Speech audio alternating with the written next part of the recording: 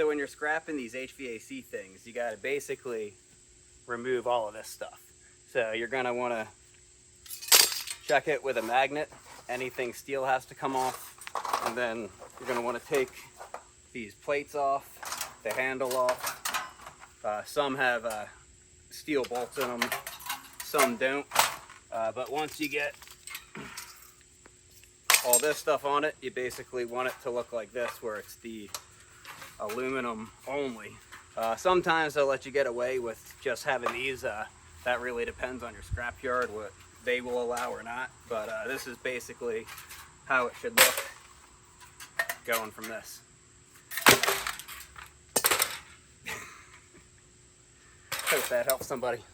Thanks for watching. I hope you enjoyed this video or it helped you out. If it did, please like this video, comment to let me know, share it with someone else to help them out, and subscribe to my channel. Thanks a lot, guys. I really appreciate it.